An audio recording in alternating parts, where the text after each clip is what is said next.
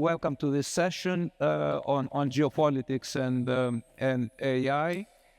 It's from the beginning of humanity. Geopolitics and technological advances went hand in hand. From the early metallurgical advances that in some way enabled the Roman Empire to dominate due to superior weaponry and infrastructure, and then the shipbuilding and deep water technology, navigation technology, took Spain and Portugal from backwater, relatively small countries to become dominant empires, maritime empires, to the Industrial Revolution, where the steam engine triggered an era of Great Britain dominating as an economic and a military power. And now we're at a time where many believe and many state that AI is going to be the maker or breaker of the next economically and militarily dominant players in the world, and mostly, as was mentioned in an earlier session, the two dominant players are the so-called G2 players, namely the US and China. This view is contested, but it's friendly. Now, if that is the case, the question is, what are the so-called middle powers destined to do? Or what could they do to avoid that destiny? The destiny, if nothing is done, is to suffer the fate of middle powers throughout history. Middle powers were regularly swallowed up and then regurgitated by the empires from 200 BC to about the 18th century.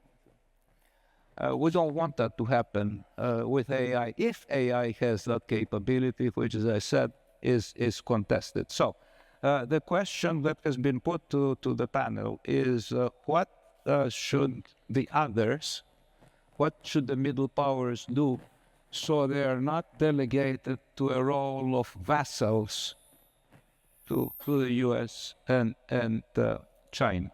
This will be the connecting thread, the fil conducteur for today's discussions. And we're fortunate to have with us four panelists that together provide both the breadth and the depth to deal with this question. I will introduce them very briefly in the order in which they will make their initial statement. First is Dario Guarascio, professor of economic policy at the Sapienza University of Rome, with a lot of research in the economics of innovation and digitalization, and insight in what independence of digital infrastructure entails and how it could be attained. Then we have Francis Saa-Dittoh. Francis I met for the first time last summer in Kigali, Rwanda, where he participated in the first digital humanism summer school there. He's from the University of Development Studies in Accra, in Ghana, and his research looks into how Africa and other parts of the so-called global south could work towards a digital infrastructure which is not totally reliant on the US and China, which is the case, actually. Then we have Eric Peters, with an engineering and public administration background, who has served in an impressively long list of senior policy-making positions in the European institutions. So he represents the European Commission. He's a member of the European Commission. He represents himself, and is centrally involved in European digital strategy. And Joanna Bryson. Joanna has a sparkling global reputation as an expert, and I quote from her CV, in intelligence, both natural and artificial. I like that. She's a professor of ethics and technology at the Hertie School in Berlin. And what I can assure you of is that her voice is listened to with attention in institutions like the United Nations, the European Union, the OECD, and elsewhere. And her current policy focus is transnational regulation of essential digital infrastructures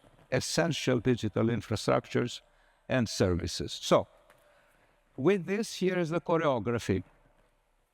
In that order, each panelist will present their views in 10 minutes. And then we'll open the floor to questions, but we'll provide time so that each panelist will make a 3-minute statement at the end, trying to live up to the optimism that this conference asks for. In other words, to say, what can we do? What can be done so that the future will not be as dire as some predict? It's essential to keep on time. Dario, you can already start getting ready. But I brought this. It's bright yellow, so you can see it, and I will put it over there. And then there is... Okay. It's so. Okay, Dario, the floor is yours. So,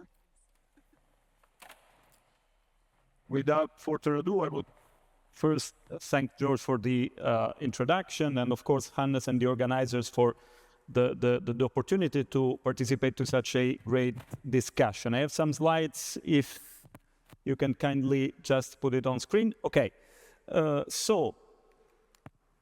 there used to be a time when globalization seems to be endless, when the free movement of capital and goods seems the only way to pursue prosperity and peace. We know we are facing a quite different and chaotic world disorder. Why?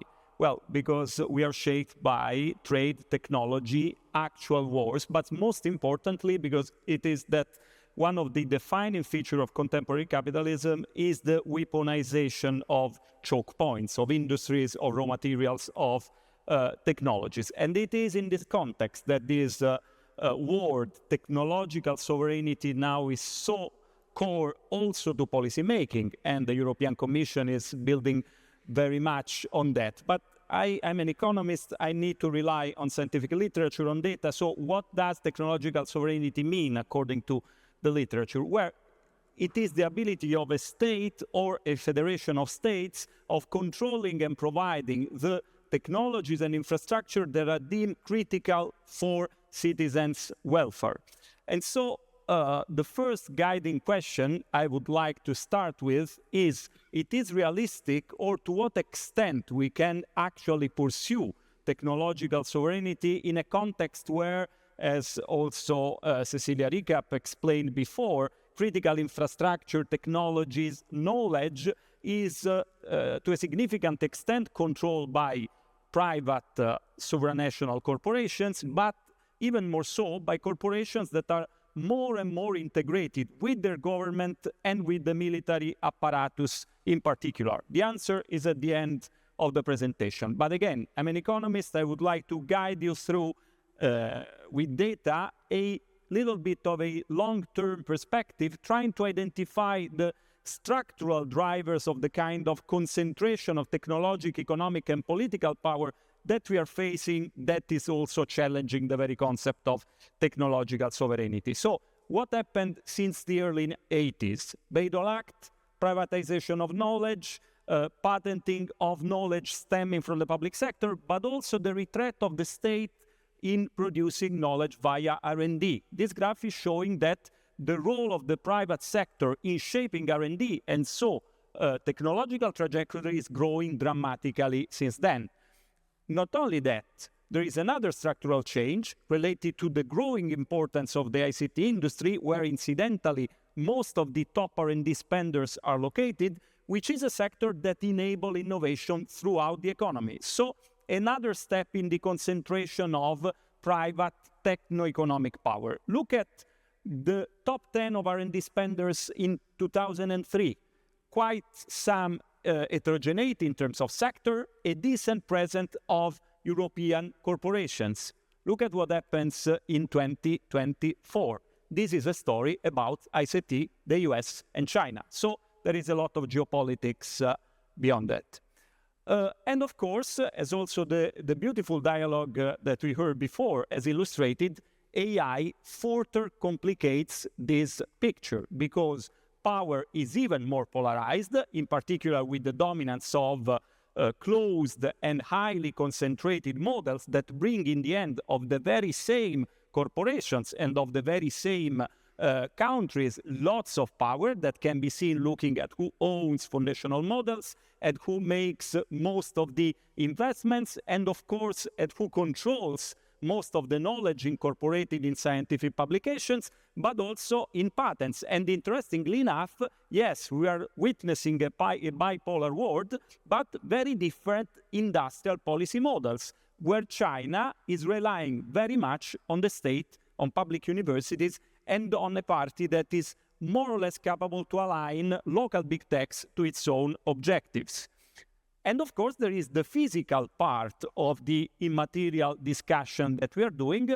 This is taken by a work by Landon Vinta and colleagues, and this shows very well how, looking at cloud infrastructures in particular, the world seems to be split in two, with the US and China dividing the globe in this respect, and with data centers, as the recent Iran war has shown, becoming clear military targets.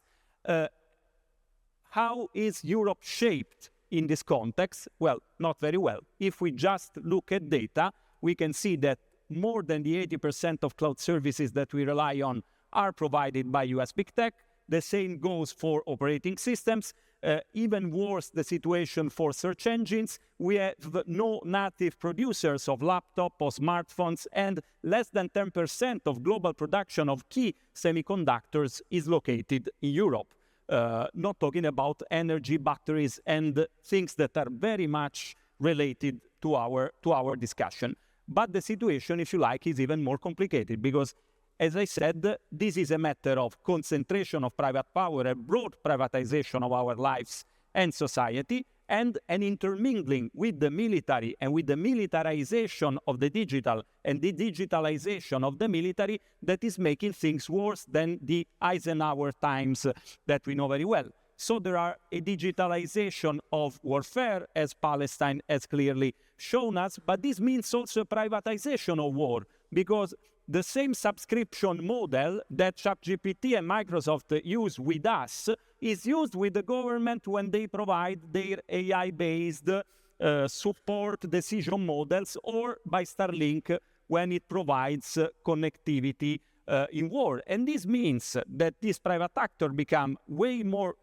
powerful in the relationship with the state, but it means also that they have a great opportunity to learn and to refine their technological capabilities, assuming even more competitiveness in the private market.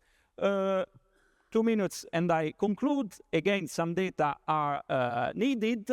This is data on the Pentagon contracts going to the big tech from 2008 onwards, but this is an underestimation, and you cannot see much of this table, I guess, but what is important to understand, it is not only the amount of money that from the defense goes to big tech, is the type of activities that are delegated to this corporation that accumulate and control data and accumulate even further capabilities. So, going back to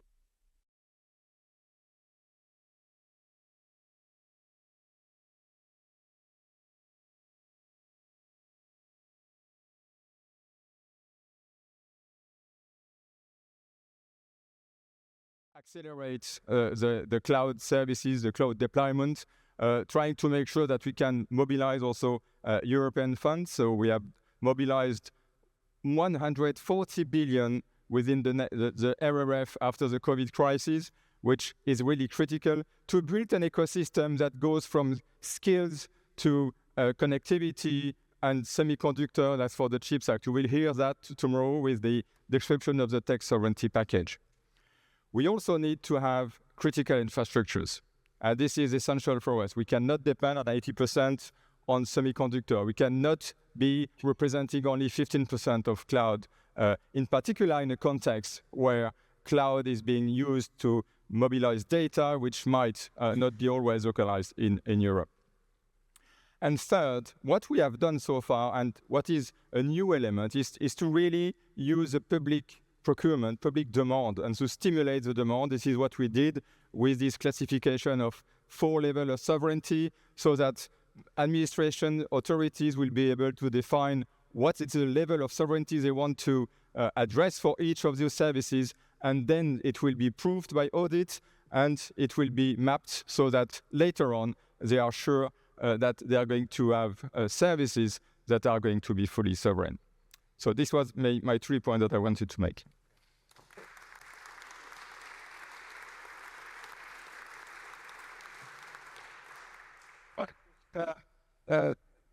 For this first round, it's not obligatory to be optimistic. Okay. For this round, you can tell it like it is. All right. Awesome. Because I'm going to be optimistic and tell it how it is with amplification. All right. Okay. All right. So hearing my colleagues here has inspired me to start where I was going to end. In 2022, Russia invaded a sovereign country, as my own country just did to Iran. Sorry, my mistake. But anyway, the then Chancellor of Germany, asked if we could, Scholz, asked the captains of German industry, can we deal with not having Russian energy? Now, Germany believed that by buying all of Russia's energy, that would make Russia never go against European interests. And so they literally were sure that those 250,000 troops were there for no reason. They couldn't believe it. I can't tell you how weird it was when the assault actually started. Apparently, Putin similarly thought that Germany could not go against Russia's interests because its industry, the third largest industry economy in the world, was dependent on Russia. So we didn't get the captain's industry said, no, can't do it. We didn't get the choice. Nord Stream went away. And in only 6 months, we recovered a new energy system. It wasn't just the logistics of building a couple of ports. It wasn't only putting all the pipelines in. Every single industry that had been using the oil and gas as their primary sources had to change their business processes to use liquid natural gas.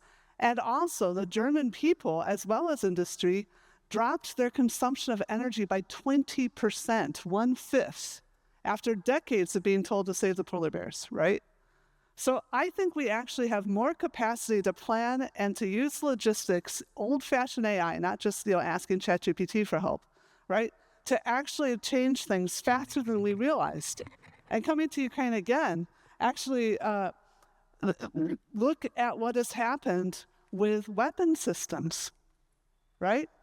I was just at this thing called GlobSec, which is like this a bit, DigHum. What is it about Eastern Europe? And anyway, so it's in Prague, and it's global security, right? And they were saying, why on earth did Donald Trump send a battleship to Iran? Iran is really good at drones. Haven't they seen what happened to the Russian fleet? It's gone, right? And they're not even trying to bring new boats in, right? Forget it. The speculation was he was trying to provoke a nuclear war, right? Like, please blow up the Kennedy. That would give me a great excuse to nuke you guys, right? but the Iranians were too smart for that, as we've seen. Anyway, the point is that it reminded me of when Libya invaded Chad. And here were these huge, expensive tanks rolling over the border, and Chad blew them up with 4x4s and some bazookas, right? So the digital is giving us a lot of new things. Now I'll get to the thing I was going to start with. Coming back to Dario's point. Okay, this is not looking at all the indicators and numbers that you saw of Dario's, but just looking at IP that's being defended at the WIPO level, okay? And we only looked at one category. I don't remember the number because I wasn't told I could use slides. But anyway, it's the one that's based on models. What even was a notable model in 1993 or 2003, whatever you start. I don't even know what your slides were from. I know what our slides were from. We were counting every single patent in that class, which companies held them and what was the market capitalization of those companies. And if you look at that, the EU and China are on par. Okay, and weirder than that, for me at least, the rest of the world combined, excluding the U.S., is bigger than the EU and China combined, okay? The digital is a leveler. Now, I just was at a meeting at the UN, the UNIDR, where they're saying, oh, China is the hardware superpower and America is the software superpower. I don't know. So my message of hope here is that that if we are willing to be realist about the fact that the EU is regulating together, and that's how we're negotiating. Basically, regulation is a kind of negotiation with this tech. And so let me say something quickly about the Brussels effect. I don't want to blow over time. The Brussels effect is basically, if you have enough harmonized regulation, you can get the companies to comply with it as long as your market is appealing enough to them. So it's about the cost of your regulation by the appealingness of your market. And the Europeans have a lot of money and they tend to pay on time. And so a lot of people threatened, oh, we're going to pull out with GDPR. Not only did they not pull out, they subsequently found out that the GDPR makes it cheaper to do business here than it was before you had the GDPR. Yes, there are compliance costs, but suddenly you have uniform rules across the whole continent, and it's literally increasing profits, right? And not only for Google, I had a master's student who just showed this for every little, in fact, the smaller the companies, the more their profits went up after GDPR went in. So, and actually, again, speaking of the African Union, I was told that, this is just anecdotal, somebody from South Africa told me, we haven't had a lot of luck with coordinating our rules, but we did all get together and say, if you go against the rules of any one of our members, then all of our members won't do business with you. And that worked, right? So you don't even have to have as good of harmonization as the EU has managed, and to still have at least some better negotiation practice with big tech. So do I have any time left? I want to say one other piece, which will maybe I could now. I'll say it quickly because you haven't stopped me. Yeah, I do think there's a problem. The big exception to this, I didn't mention what about the U.S. It is bigger than all those other countries combined, or it was in 2020. After our paper came out, China and Japan both started massively increasing the number of patents, but the market capitalization of the companies that held those patents didn't go up that much. So we think they're sort of slicing their IP. but anyway, the U.S. is no longer the dominant IP holder in WIPO. But they still had this huge market capitalization, and that was the question that's very relevant to the previous talks about hyperscalers. I loved the thing about monopolies, and we talked, and I should shut up, right? Okay. We will talk about that in the next part. I do think there's also hope for how we can handle the hyperscalers. I think they're transnational, and they take transnational regulation to be handled. Yeah. Thank you.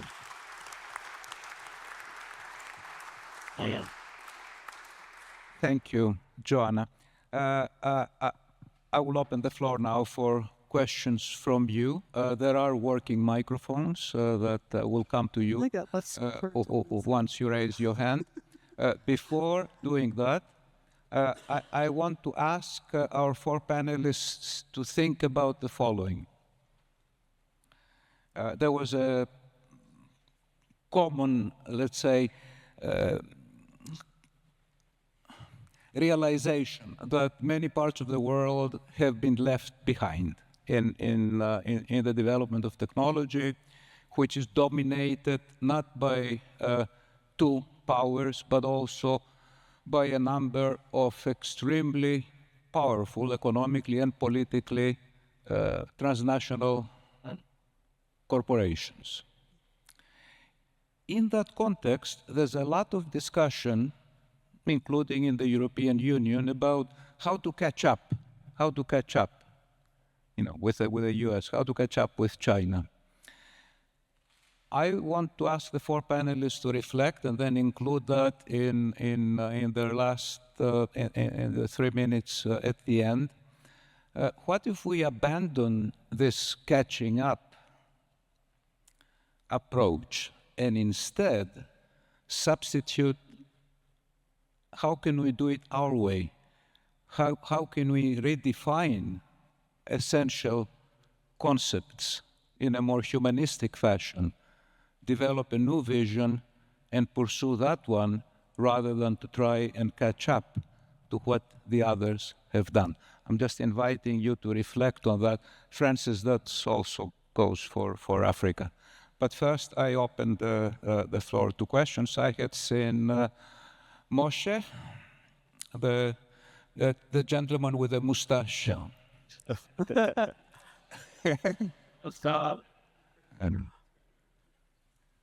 So people keep talking about the military digital complex now. But I mean, the US has always had done military production by the private sector. There's nothing new there. The only thing new that now part of life and part of military operation include information technology. So I would have been surprised if it had not been the case. I'm not sure why this is a surprise.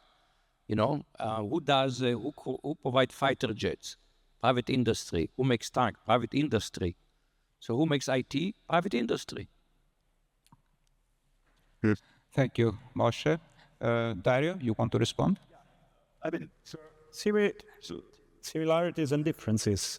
There are differences, including the fact that a relevant part of the technology transfer now goes from commercial applications or elaboration over commercial applications that are controlled by the same pivotal actors, which are big tech, but also Palantir, etc., towards military ones. So let's say the traditional kind of technology transfer dynamics, which have seen a crucial importance of long-term R&D activity to a significant extent controlled by defense and state-related agencies and entities, now is shifting. And one of the examples is this Defense Innovation Unit that not by chance has been put in Mountain View by former Secretary of Defense Ash Carter, that is directed by the former Vice President of Apple, that works as a venture capital, but that is part of the Pentagon, that in fact has as a mission try to keep pace with what China is doing in terms of drones, AI, and all this kind of stuff. So I agree that lots of repeating, I mean, there is cumulativeness there, but there are also, I think, some important discontinuities that need to be focused on. But I mean, is open to study and discussion in this respect, I think. Okay, thank you, Dario. Joanna also wants to respond. Another thing I was thinking about with respect to that, we talked again earlier today already about the potential of this bubble. What we haven't talked about entirely is that if you take away 7 companies, then since for years, since like I think it was around 2020, the U.S. economy is not going up, and an awful lot of the world's finance system assumes the U.S. economy always goes up, but it's actually been going down, except for these 7 that may be overvalued. So when we see, I usually think about the military involvement in terms of the information age. It may be that now democracies cannot make mistakes, that they aren't allowed. You see the 2024 was the first time globally when you saw incumbency was a bad thing instead of a good thing. Usually, I mean, in terms of keeping you likely to win, right? So it's people are unhappy and they vote the other party in or an extreme party in or whatever. And so SpaceX is able to blow stuff up and everybody just laughs at Musk. And of course, he's laughing all the way to the bank, right? But NASA can't blow things up. When they blow things up, it's like the government is failing. And so I think this is something that I don't think, like I said, I think it's some complicated interaction. But now I think the military is also being used in part to prop up this bubble, which because the U.S. is scared. Okay. Yeah. Agreement from the audience. You're a very good audience, by the way. Thank you for moving closer and for reacting so well. take the question. Yeah, I know. Just maybe two comments. Quick word, and then we'll take the next question. Yeah. When I was working for Manuel Barroso, who was president 15 years ago, when he was preparing a mission to the United States, I could make a brief in which I would argue that the relationship was quite balanced. If you look at the number of jobs from Europe in the US, or the number of jobs of US company in Europe, if you were counting the top 100 companies, basically half of them were, in the US, and the other one in Europe. Things have changed in many ways. First, because there are specificities in the economics of digital technologies, with winner takes all, with network effect, that makes the growth of some companies extremely high, with a height of speed and a massive gain. And this is something new, in a sense. This is not something new at the scale of history when we think back on, the big trust in, Standard Oil, which we had at some point to dismantle and to make sure that, against the most economists, by the way, at that time, we were, able to control what happened. And this is what we are trying to do, by the way, with the DMA in Europe. But there is something specific there, which is making this competitive advantage. It's a bit like in an ecosystem in the nature. So you have some spaces which are more adapted than others. And the spaces that was built around Stanford, around the military complex, with defense and all this investment that was made around those technology with the moonshot, at a certain stage now, has developed hugely and hugely quickly. So in a sense, now the question for us is not to catch up only, so it's not to replicate the same. We're not going to make Stanford to make the same that the US. Maybe there is also some inspiration from other partners, and by the way, from all partners.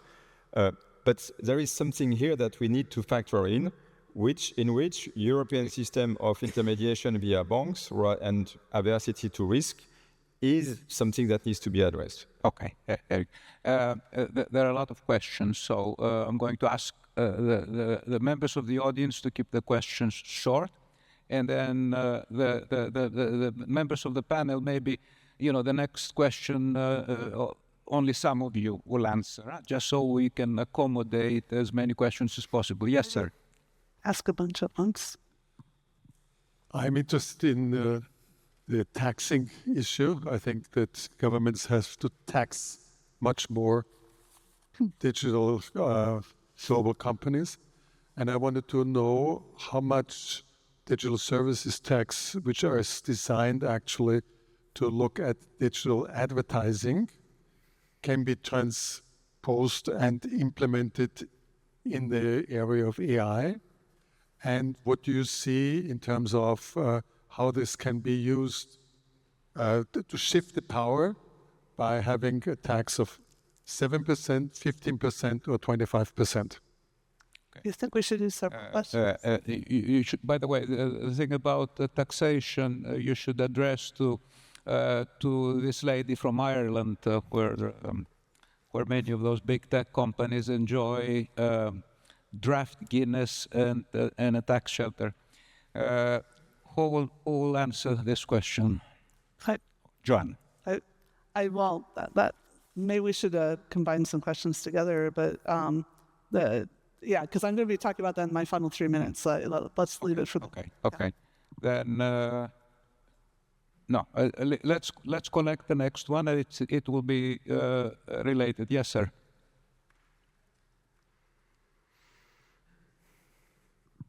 Thank you. Yes.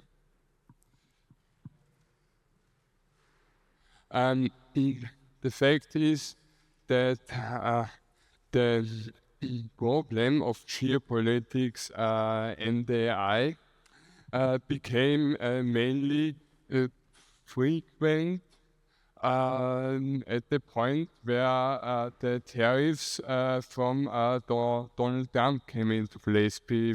Because before, nobody cared about the dependency of America or dependency of Russia and so on. So the question is, one, how do we lower our dependencies on states like America, etc.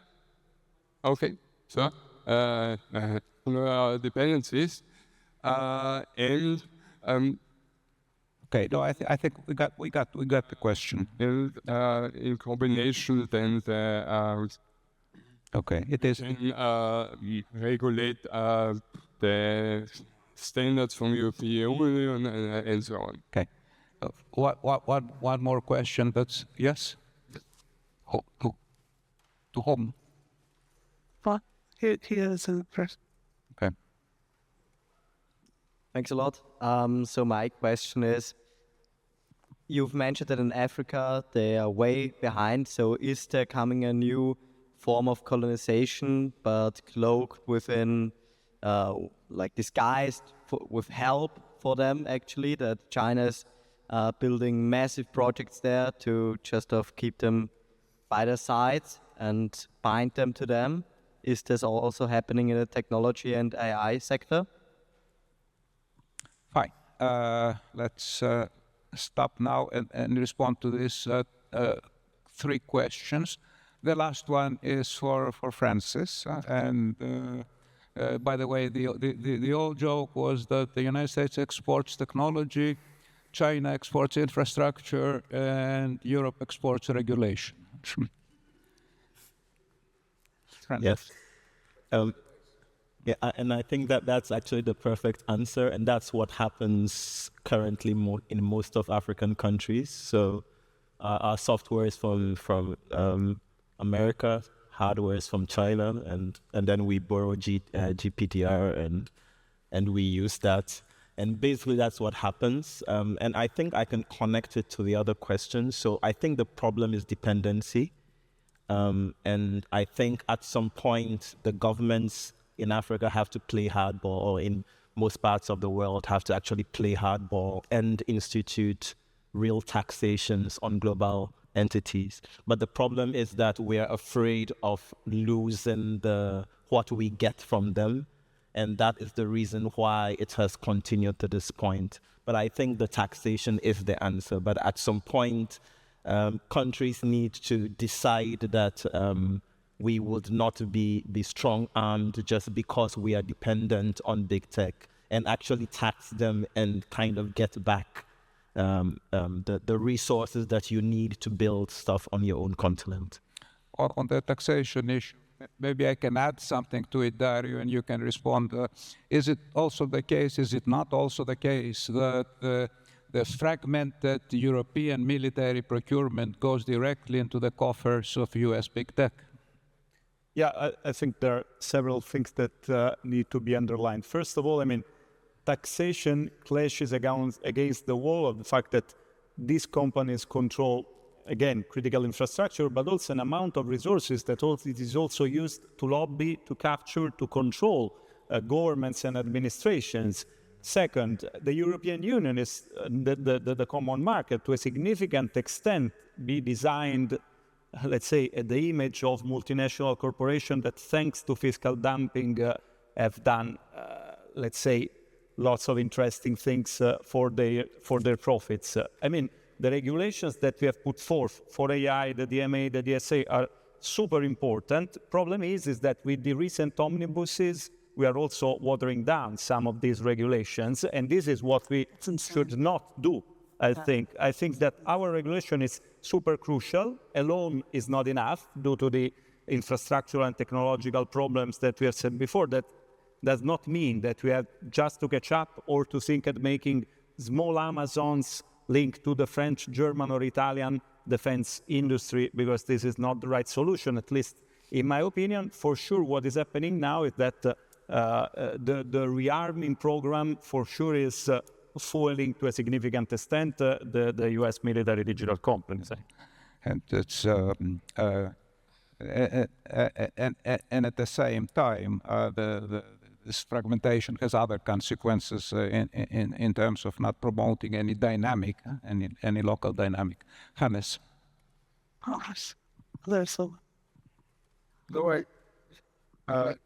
This relation to this the dependency would be the Chinese approach, a way of coming out, because also China was somehow behind. It was dependent.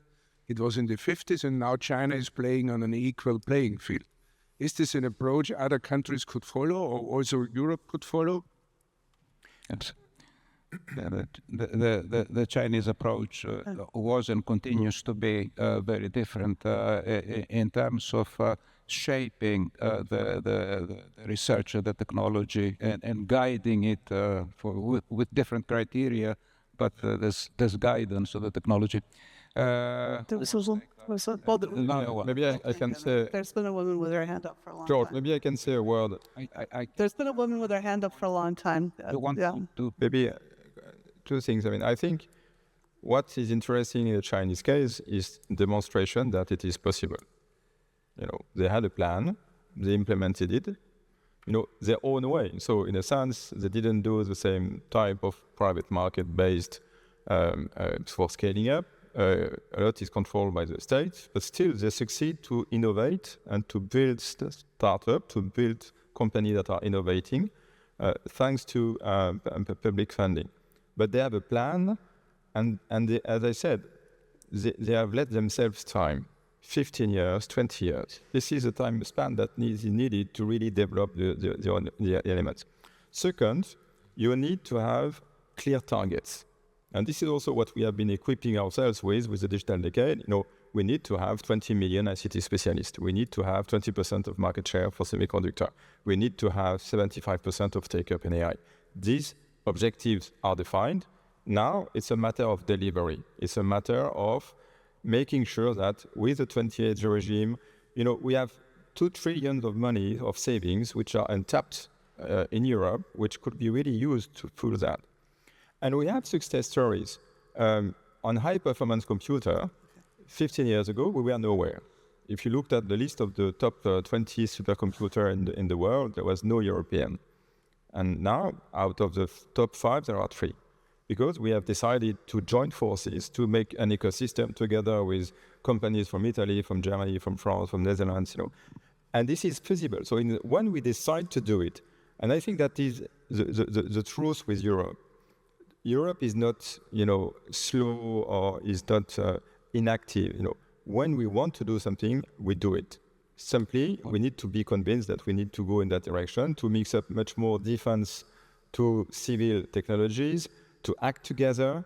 At some point, there are some sacrifice in terms of national program, but we need to really have this sense. Yes, when we are united, yes. Cecilia, I believe. Up for like the whole time. One right there. Yeah. And okay. Let's all collect 3 questions now. Okay. Thanks so much, Joanna. You know, what strikes me most or resonates most with me in the panel is when you talk about the notion of not leaving anybody behind. And that for me, when it comes to international development, is very much about the Sustainable Development Goals. Yes. So how do you see that multilateralism and, for example, the UN high-level advisory board, you know, on AI can contribute to preventing that, for example, Africa, as Sam Francis was pointing out, is being left behind? Does multilateralism carry any power? Or is this futile energy? To Cecilia over there, and then to the gentleman on the right there. Yeah. Thank you. Thanks, everyone. This is a conference about digital humanism, and one of the things that was missing was precisely the perspective of the peoples in plural, especially in some of the replies. For instance, in the reply about China, what I saw was more a state perspective, and even one that was in compliance with the narrative of the AI race and whether Europe can win and what Europe will win. But will that mean that Europeans will win? So I really wonder if you can connect the discussion of geopolitics about the effects that is having on the people in general, especially to the extent that geopolitics is fueling this push towards adopting AI regardless, and also connected perhaps to the discussion about sustainability and sustainable development goals? Thank you. Thank you. Okay, we'll take 4 questions, these 2, and then responses. So I'm going to make a comment and then a question. Quickly, short. Yeah, the comment real quick. Since I've attended documentary yesterday and all the sessions I've attended today, I've noticed a us versus them, US versus Europe. This is my intention was coming here as this is the digital humanism conference. Language like strong-armed, us versus them, creates animosity and potentially division between us. We should be helping each other, and I'm glad that this session finally started to use the language of how can we work together for digital humanism, for the human race, and not on us versus them. That's the question? Yes, just one quick comment. We did not send the U.S. Kennedy. We sent the Nimitz class Lincoln. 2007, we retired the Kennedy. Oh, sorry. Yes, sir. Thank you very much. So I think it's also a related question. So what do you think? Do we need some kind of global agreement for AI? What is needed? What is kind of acceptable behavior and what's prohibited? So same as what we had with chemical weapons. So I know there was an initiative with this responsible use of AI in military domains, but there was a conference and summit and so on, but it seems that there's not so much follow-up. So what do you think? Do we need this? And are we, like, how far are we there? Yeah. Okay. I'll ask the panel to respond. But there have been attempts of agreement at international level. There was the United Nations report on AI for the benefit of humanity. There have been many reports, but they end up at the bottom of a drawer collecting dust so far. Joanna first, and then maybe Francis. Well, are we going to just do these questions, or is this the end? How much time have we got left? Should I? About 15 minutes. Okay, so that's about our 3 minutes. I'm happy to answer questions in the audience question. Stop, and then you have to make your statements. 3 minutes each. Yes. Okay. So fine. I'll answer the question. Sorry, because I was going to answer the question with my final statement. Yeah. Okay. So quickly, my concern about so the UN is still doing its thing. I think there's a meeting in Geneva next week. There was one in Geneva last week. I was there. I'm not going to the one next week. I worry if we have a single set of rules that there'll be regulatory capture. You would not believe how much the U.S. was dictating the AI Act openly. You know, people were on the telephone those 72-hour periods or whatever that they were talking. I mean, it was. So I think we need diversity in all things. I think different countries have different strengths. I think they have different histories, and they have different concerns, different geopolitical threats, and we should have some differentiation, although some harmonization. Don't forget that thing, what I said about the real Brussels effect, is about costs and benefits. I want to back up slightly to the DSA, DMA, and exporting regulation. Writing good regulation is unbelievably expensive, and when we started noticing that Africa was using ours and other parts of the world too, we started saying we should review, because of this differentiation, we should review all the things we rejected, which might be more applicable because people are having trouble copying and pasting it. So we're trying to help other people use our regulation. I only just heard that the U.S. itself convinced the big tech to implement the DSA in the U.S. as well. So they got them to do it, and they said voluntarily they're going to do it. And they tried to get them to do the DMA too, and they said, no, you have to pass that through Congress. And the U.S. doesn't believe they can pass anything through Congress that big tech doesn't want. They think big tech owns both parties in Congress. So they just gave up on the DMA, but they got the DSA. This is the Biden administration, obviously. Apparently had voluntary compliance with the DSA. So I think it is a great power. I want to come back and do the tax question, but I guess I will save that for the last part. Okay. I want to take two more questions, and then the panelists will George, maybe I think Felix. Because there was a couple of questions on the importance of humanism. Yeah. The importance of what? Humanism. Yeah. Humanism, yeah. Because it's central to. I mean, this is my starting point. So in a sense, if I missed that, I'm wrong. So for Europe, it's important, and if you have a bit of time, read the State of the Digital Decade report that we adopted last week. You will see that we are taking great care of what people think, not just on using technologies, connectivity, but also on children protection, on disinformation, on those issues that on democracy that matters for everyone. You cannot find jiggle it a bit. Yeah, multilateralism is also something that is at the heart of what we are doing. If there is someone trying to push still to try to find agreements at G20 in the UN on the Sustainable Development Goal, I mean they are really the scale against which we are profiling all our initiatives. So we are really pushing for this. Now the question for Europe and for other countries is how far we can push when domestically we are struggling with so many issues linked to uncertainty regarding jobs, regarding the growth, regarding also, I mean, we did a Eurobarometer, 30% of the population is considering that technology is making their life harder. Of course, we can say 70% consider that it makes their life better, but at the same time, 30% is still almost 100 million people. So here we need to make clear that when we say we need to let nobody leave behind, it will require a massive effort, not just words and strategy, but also delivery in member states. Yes, I mean, you keep saying we, and the question is, who is we? I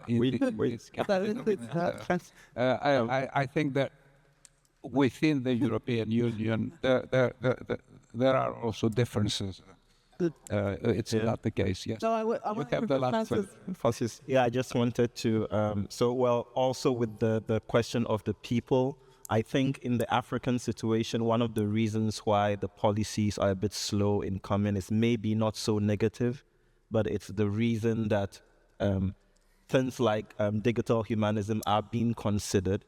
And because of that, governments are not too much in a hurry to adopt European policies when they do not necessarily help the people. So maybe that is a positive. But also to mention the case of not being a bit negative. Unfortunately, I don't think that is possible because even the US government has to fight big tech at some point.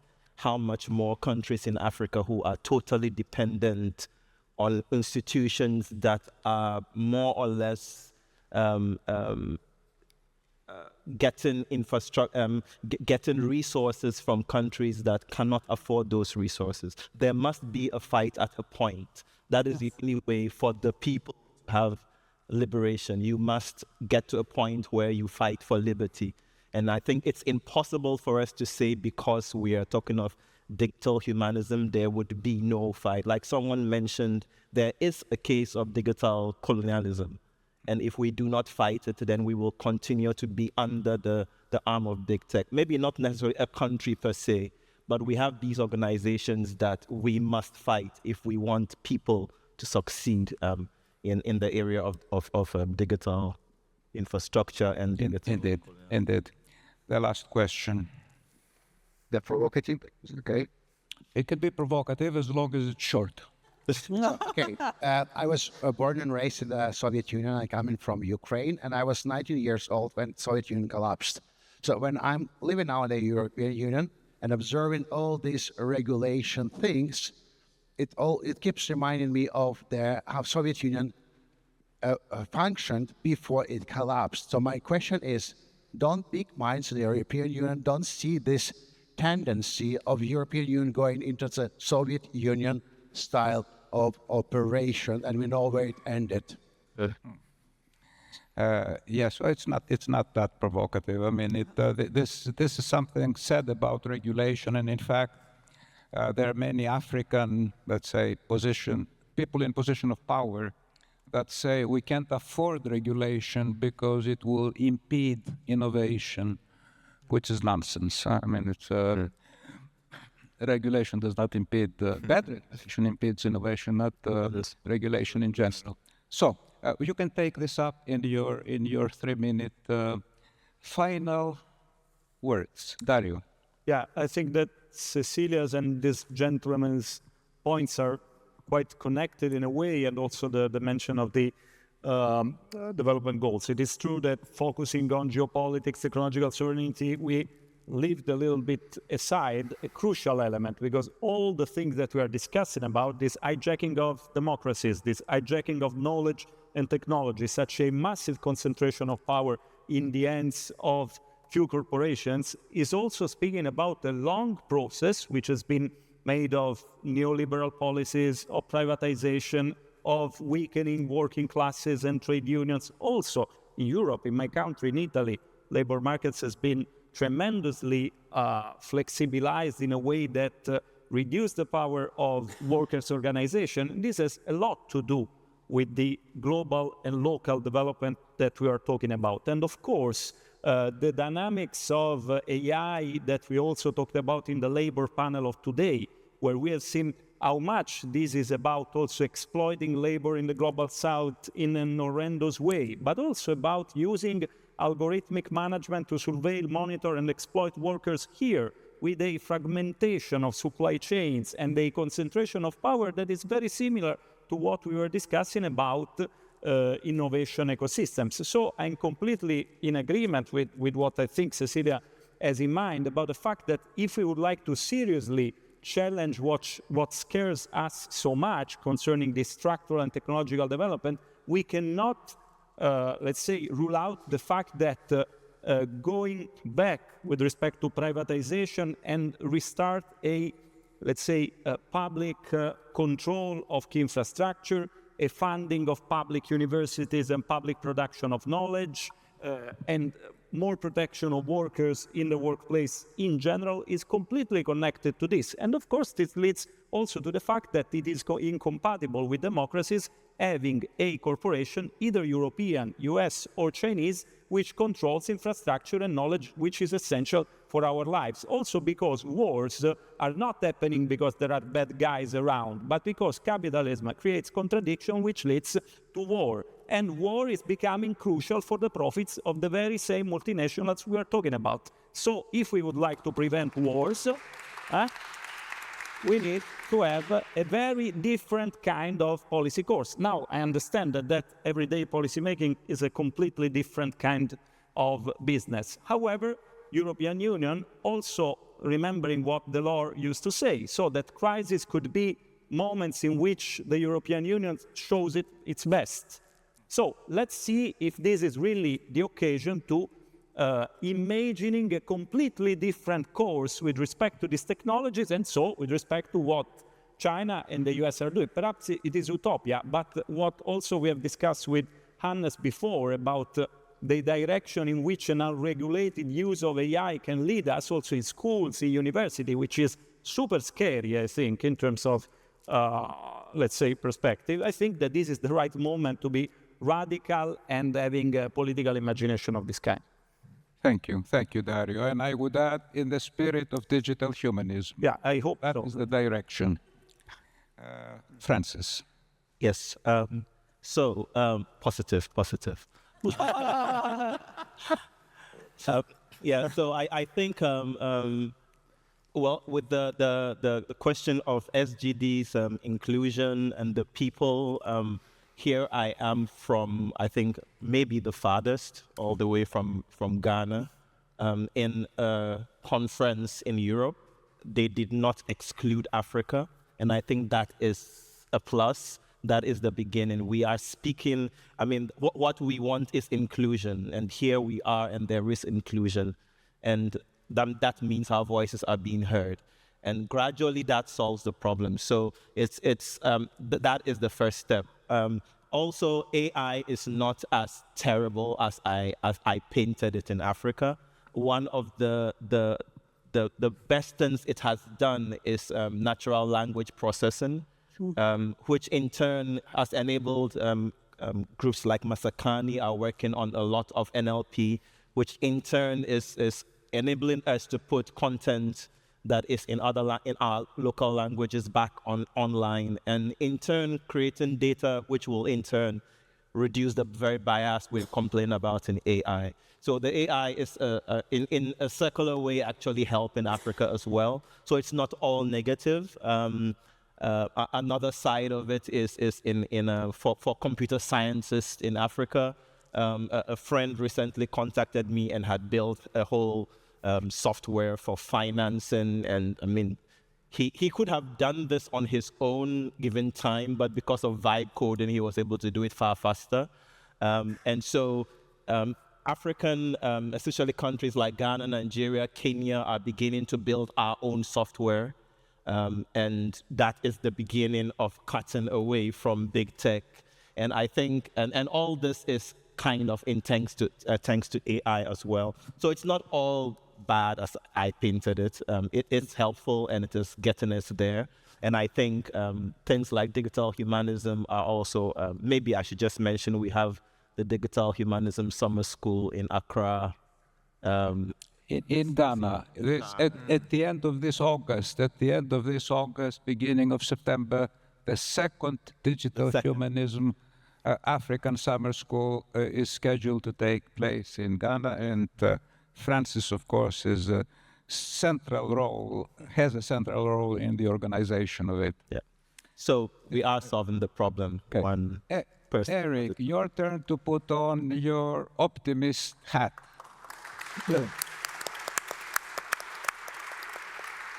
Well, I'm not sure I'm either optimist, but I think first to consider that our fate, our future depends on us, not on the US or China or whoever. So it's us. We have many examples of strong democracy. I mean, read again the Pericles speech to the dead, after the first year of war against Sparta. I mean, Athena was strong. It was a democracy. Weak and strong being a democracy.